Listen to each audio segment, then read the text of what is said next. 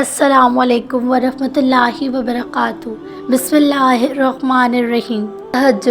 تہجد کے وقت اگر آنکھ کھل جائے تو سمجھ جانا کہ بلاوا عرش سے آیا ہے، نصیب ہار جاتا ہے دعاؤں کے آگے۔ تہجد اگر تمہیں تہجد کا پابند بنا رہا ہے تو سمجھو اللہ تمہیں بہت جلد اپنی رحمت سے نوازنے والا ہے۔ زندگی کی ہر خوشی اللہ سے تہجد میں مانگ لو۔ یہ تہجد پڑھنا خالی ہاتھ نہیں جائے گا، یہ وہ سجدے ہیں جہاں سے تم اپنی مراد پا لو گے۔ اللہ آپ کا انتظار کر رہا ہے، یقین جانیے۔ یہ درد کا ڈھیر، ان گنت آرزو، یہ تمہاری ہر دعا کا جواب رات کے 1/3 حصے میں ملے گا۔ تہجد اللہ آپ کا انتظار کر رہا ہے، یقین جانیے۔ یہ درد کا ڈھیر، ان گنت آرزو، یہ تمہارے غم اور ہر دعا کا جواب رات کے 1/3 حصے میں ملے گا۔ تہجد اللہ پاک کی لاڈلی عبادت ہے۔ سوچو تہجد گزار اللہ کا کتنا لاڈلا ہوگا۔ تہجد کے وقت اگر آنسو کھلے تو سمجھ لو کہ بلاوا آسمان سے آیا ہے۔ تہجد کی دعاؤں کے لیے تو 7 آسمانوں کے پردے اٹھا دیے جاتے ہیں، تو پھر اللہ ایسے معجزے کرتا ہے جو نہ کبھی زمین والوں نے دیکھے ہوتے ہیں اور نہ آسمان والوں نے۔ تہجد کا سجدہ یوں ہی تو نہیں پا لیا تہجد کا سجدہ تم نے، کچھ تو ایسا ہے ناممکن جو تمہارے لیے ممکن ہونے والا ہے۔ جب وہ اللہ رات کے آخری پہر تمہیں ملاقات کے لیے بلاتا ہے، تب وہ تمہیں اپنے در سے خالی ہاتھ نہیں لوٹاتا۔ نماز اگر محبت ہے تو تہجد اللہ سے عشق کا احساس ہے۔ اللہ ہمیں نماز والی محبت اور تہجد والا عشق نصیب فرمائے، آمین ثم آمین۔ قبولیت کی نشانی تہجد کی توفیق مل جانا ہی اور اس میں کی مانگی جانے والی دعاؤں پر قبولیت کی نشانی ہے۔ تہجد اتنی قیمتی ہے کہ اگر اللہ ہمیں نہ دیتا تو ہم کبھی سمجھ ہی نہیں پاتے کہ اللہ کی محبت کس کو کہتے ہیں۔ شفا بن جاتے ہیں وہ آنسو جو طاق راتوں میں بہائے جاتے ہیں، کن کہتا ہے اللہ اور ایک پل میں مقدر بدل دیے جاتے ہیں۔ کبھی کبھی انسان لڑتے لڑتے تھک جاتا ہے، پھر آخری امید رات کی تنہائی میں تہجد کے سجدے میں آنسوؤں سے اللہ سے باتیں کرتا ہے اور دل ہلکا ہو جاتا ہے۔ تو اگر درد رات بھر سونے سے نہیں دیتا تو جان لو کہ وہ منتظر ہے تمہارا، ابھی بھی اس کو انتظار ہے تمہاری دعاؤں کا۔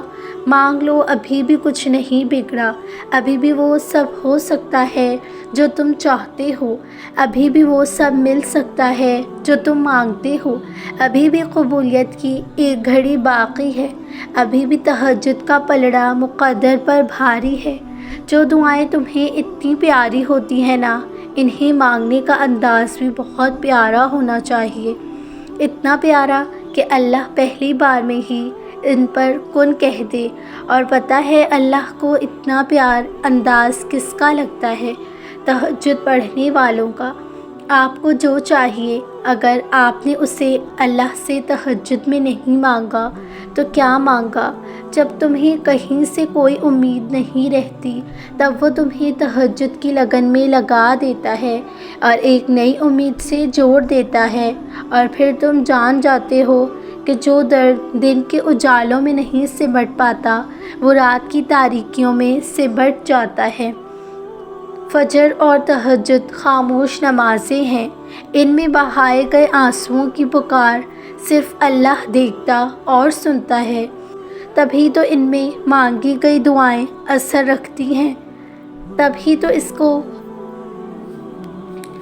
تو ان کو ادا کرنے کے بعد انسان کا دل سکون سے بھر جاتا ہے۔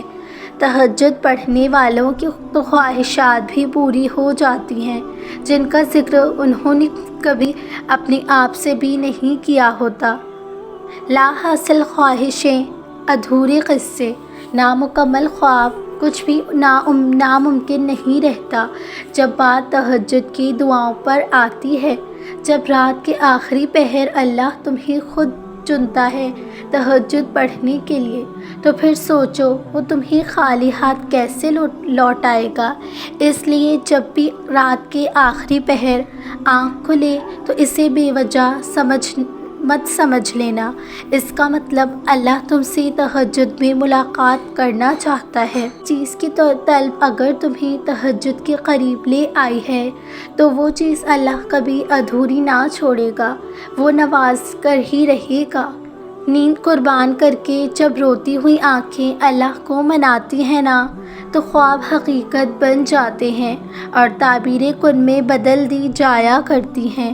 دعا کی طاقت کو کبھی کم نہ سمجھیں، تقدیر اور قسمت کے زیادہ طاقت دعا میں ہے۔ نصیب بدل دے گا۔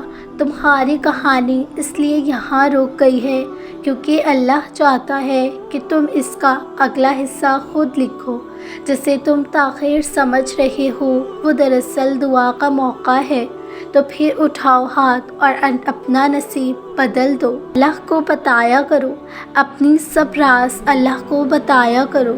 اس سے بڑھ کر پردہ رکھنے والا کوئی نہیں، اور اللہ جسے چن لیتا ہے اسے اپنی لاڈلی عبادت نماز تہجد ادا کرتا ہے۔ اگر اللہ نے تمہارے دل میں کچھ ڈالا ہے اور تمہیں دعا مانگنے کی توفیق دی ہے تو یقین رکھو نصیب میں بھی وہی ڈالے گا۔ پتہ ہے محبت کیا ہے؟